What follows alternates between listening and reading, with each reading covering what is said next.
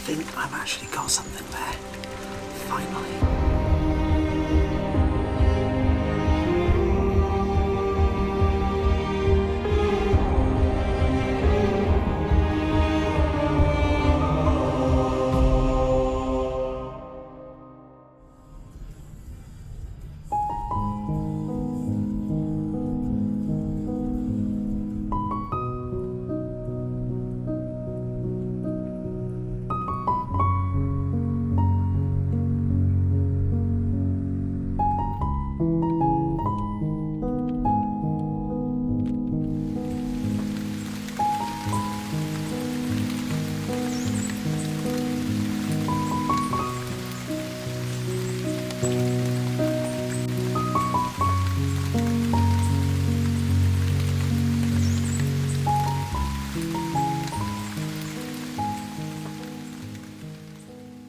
Hi folks, and welcome to another vlog.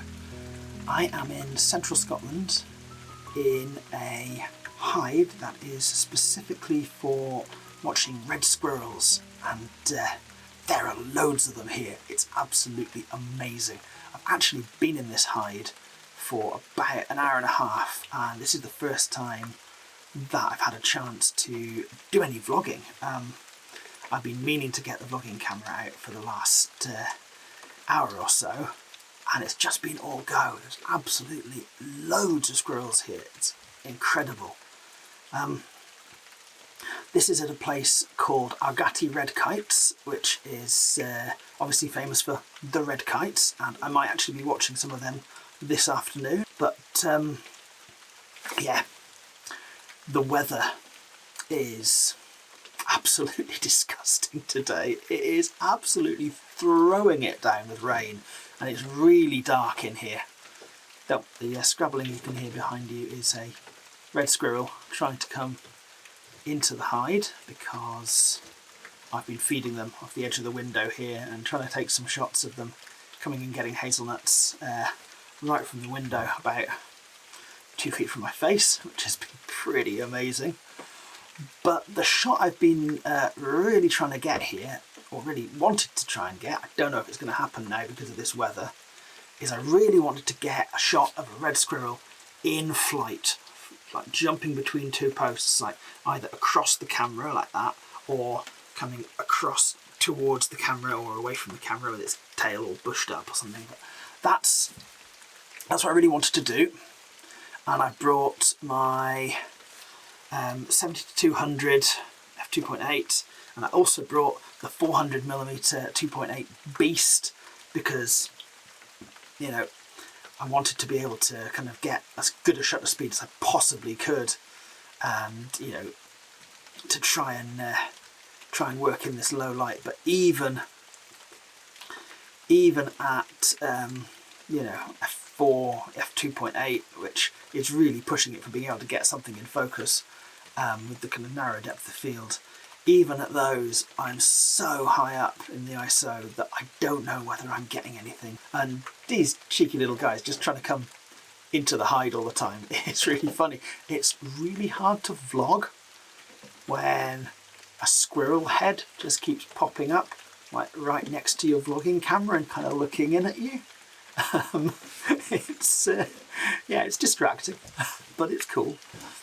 I mentioned 400mm lens. This thing, it's absolutely blooming huge, and this might actually be its debut on the YouTube channel. I actually bought it because I've always wanted to try using one, and I saw one going online for a very respectable price for one of the older models. It's not the new fluorite model.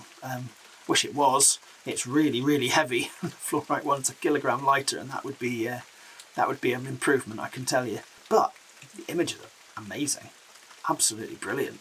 So yeah, I don't know what the future holds for that, whether I'm going to keep it or whether I'm going to sell it and stick to things I can kind of walk around with and hand hold. But yeah, I've been given a bucket of nuts.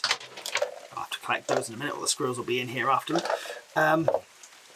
And there are two kind of platforms out there where the squirrels can jump to, and kind of jumping points from which they jump that are kind of known. And so I'm putting food on the platforms, setting up the camera at a suitable midpoint for the leap, pre-focusing, pre-setting everything, messing around continuously with the settings, trying to get something that gets a decent image quality in this shocking light. There's another squirrel trying to come in. Go on, let me vlog in peace. I'll give you some hazelnuts later. Where was I? Yes. So as I said, I'm using the 70-200 2.8 and the 400. I've been interchanging them to try different things. The 400's a little bit long for here. The 70-200 at 200, a little bit short. Do I wish I still had my 300 for this? Yeah, sure, I do, actually. It would be the absolutely ideal lens for this hide at this distance to these jumps. Of course, if I wasn't in a hide, if it was just, in the woods here, I'd just move back 5-10 metres and then it'd be perfect for the 400, but, that's not how it is here. It's a really quite nice hide, actually. Yeah, the other thing to note in terms of kit, I am using the Z6 as the main camera today. I am vlogging on the Z7. I was going to use both the Z6 and the Z7 for photography, videography today, and vlog on the Osmo Pocket, but in this light, the image quality in the video from the Osmo Pocket would be terrible, so I'm not even bothering. But yeah, the reason for using the Z6 is not ISO and low light performance. We've discussed that before in a previous video. I think with the extra pixels on the Z7, the one-stop difference pretty much disappears once you get into topaz, denoise and do all your post-processing. And indeed, I think you possibly get a little bit more detail at the 7. Be that as it may, the reason I'm using the Z6 is that it can do 10 frames a second. And the Z7 can only do, is it 6.5, something like that. And with these jumping shots, you need to just get as many frames as you possibly can to try and get that point where the squirrel is in the right focus or the right position in the air as it flies across. And so the Z6, hands down, has to be the camera of choice today. And it doesn't matter in terms of the cropping. I'm not expecting to do a lot of cropping because I'm already at the point where one of my lenses is too long, so if I want to get closer, just stick the 400 on. I don't need to mess around thinking, oh, I can only just reach, I need to crop, which I might sort of make me lean towards the Z7. Anyway, that's a lot of me talking in a short space of time. Don't know how I'll cut that together into the video, but basically I'm going to get back to it, and hopefully it clears up a bit, because I really want those jumping shots. Really want them. They'd be so good. Anyway, I'm going to put some more food out for the squirrels, get set up, and see what I can get. I'll talk to you later.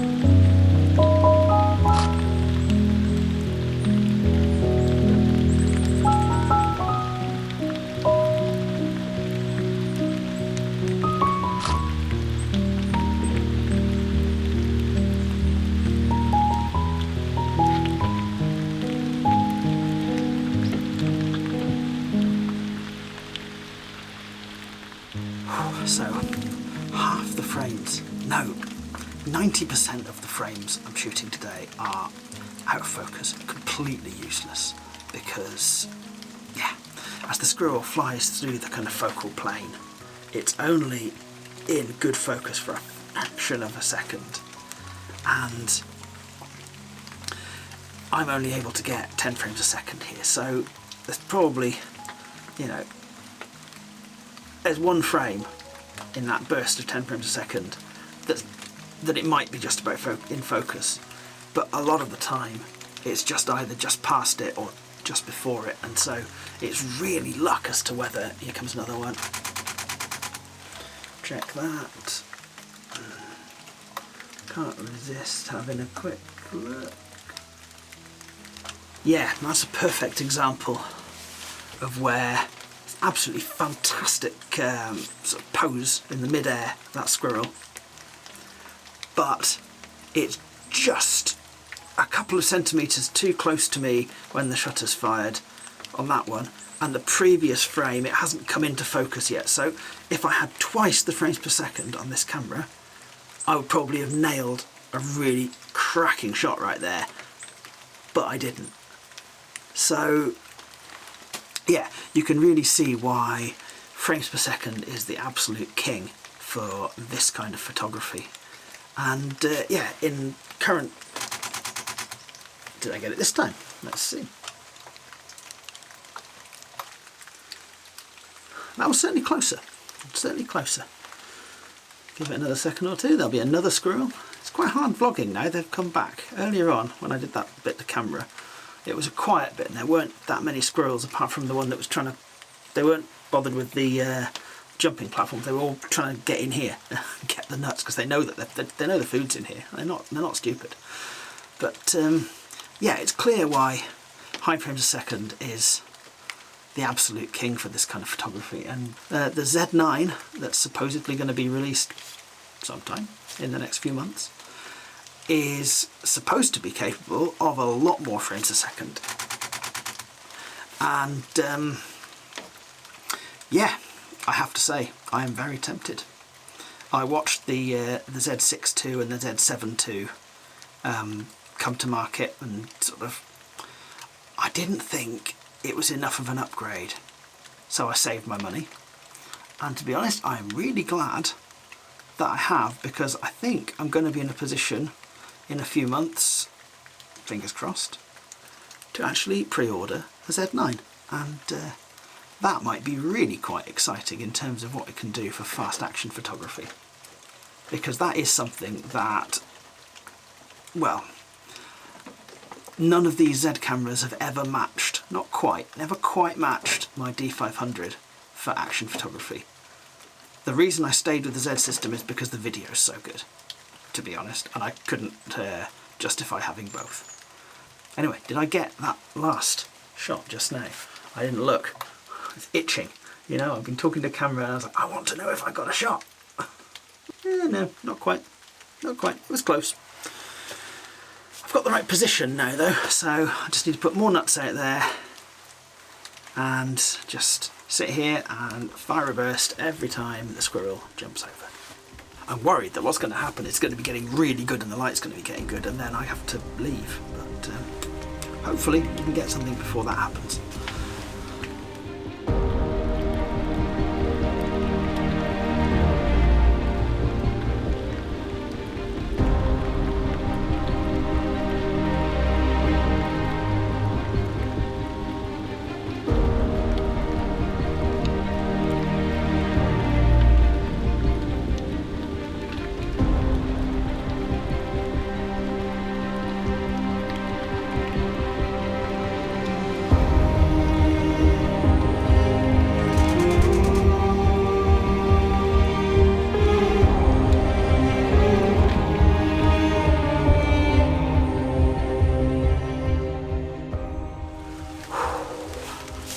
I've actually got something there. Finally. Have a look at this on the back of the camera.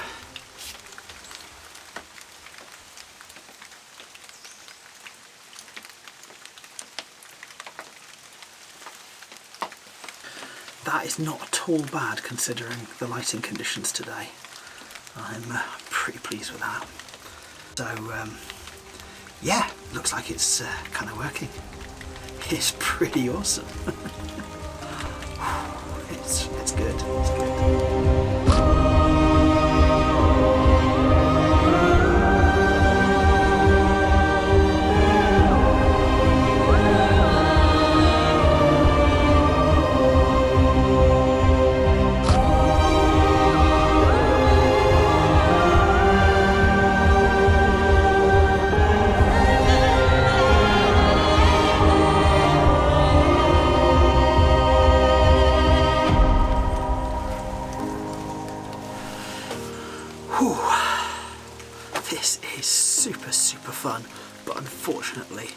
running out of time now, and I'm going to have to pack up and go back out now, because actually I'm going to go to another hide on this same location where I can watch some red kites. I wasn't going to do that, but the owner here who showed me out to this hide, a lady called Lynn, absolutely fantastic, because the weather was so bad. She said I could come and use the red kite hide afterwards as her guest if I wanted to, and it's a horrible day outside, and red kites in the rain might be quite cool, so I'm definitely going to take her up on that offer.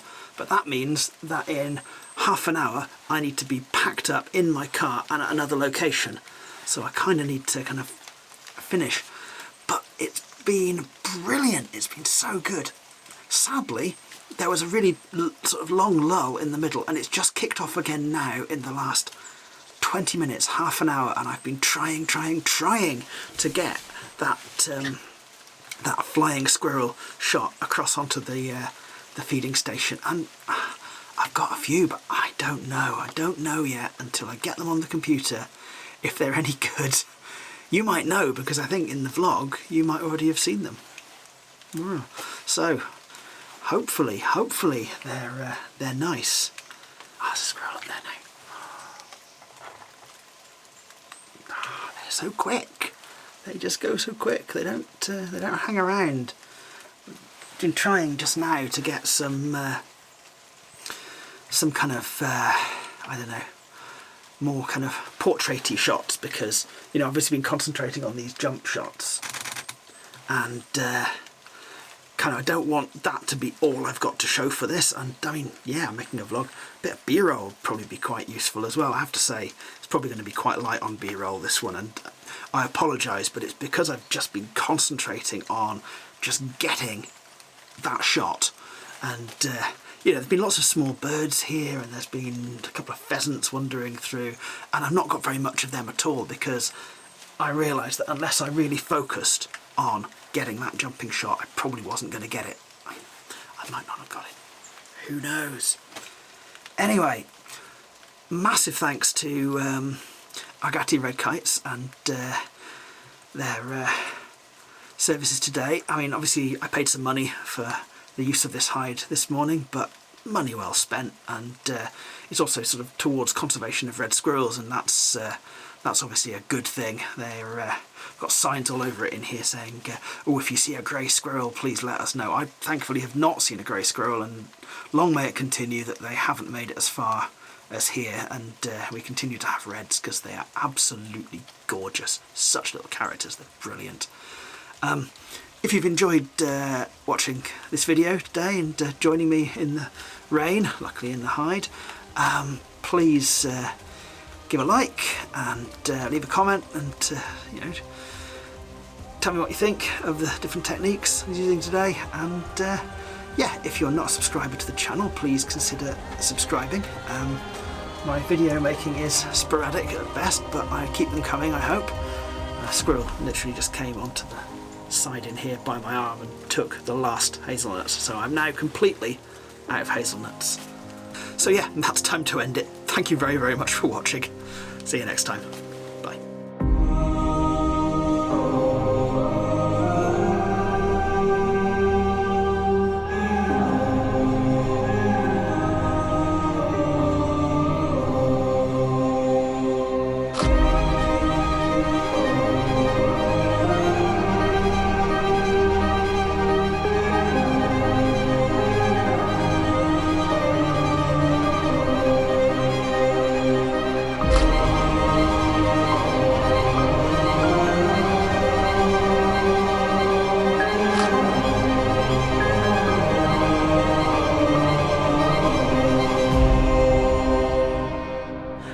Okay, so I hope you enjoyed watching this video with squirrels at Agati Red Kites. It was absolutely fantastic being there, and to be honest, despite the weather, I still think I managed to get a couple of quite nice images. I've got a couple of them printed out here, they're quite nice.